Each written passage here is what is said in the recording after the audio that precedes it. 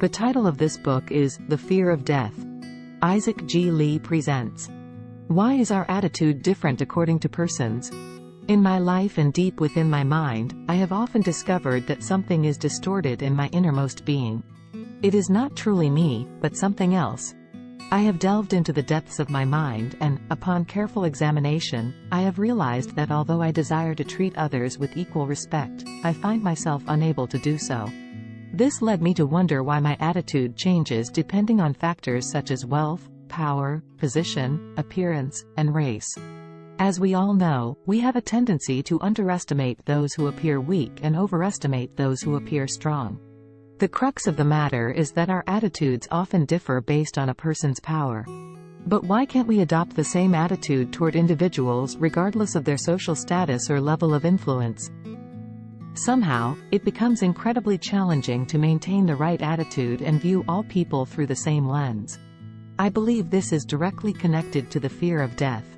We cannot treat someone lightly if they possess power, as it signifies that their influence could impact our lives. If we fail to show proper respect to these individuals, we may encounter damages and troubles brought upon us by their power. Let's discuss this matter using a concrete example. Imagine you are face to face with a nation's president and a beggar on the street. How would you treat each of them? Meeting the president is deemed significant, while meeting the beggar is deemed unimportant, right? In our simplistic calculations, we assume that the beggar cannot harm or influence our lives. Therefore, we feel no need to pay attention, spend time, or show respect. On the other hand, we willingly bestow respect and energy upon those who wield power, such as the president.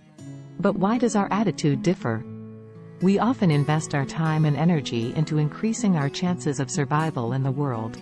Consequently, we exert additional energy to avoid risks arising from the fear of death by showing respect to individuals who possess power. Our actions are based solely on the criteria of personal benefit, rather than considering the well-being of others. Our perspective and attitude towards others are flawed because, fundamentally, this survival logic, born out of the fear of death, is deeply ingrained in our souls and compels us to treat others differently based on their power level. Therefore, the fact that our attitudes and actions diverge is evidence that we are sick. Undoubtedly, we are sick and damaged by the fear of death. That is the reason behind the disparity in our attitudes towards people.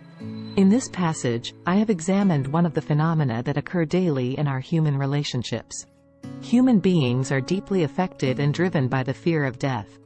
Hence, our attitude towards people becomes distorted, guided by misguided criteria that hinge on their potential influence on us and their ability to alleviate the fear of death, rather than being based on absolute truth. However, we should respect others without any distorted mentality, extending this respect not only to humans but to all creatures. It should not be contingent on calculations but should stem from the inherent dignity and value of human beings, created by the Lord, God. However, the reality differs from what we ought to do in the world. Despite our conscience telling us that all humans are equal and deserving of equal respect, we often tend to ignore those who are helpless. This kind of attitude serves as evidence of the sickness bred by the fear of death. After discovering this truth, I deeply regret the sickness entrenched within my soul, manipulated by the power of fear. The title of this book is The Fear of Death. Isaac G. Lee presents.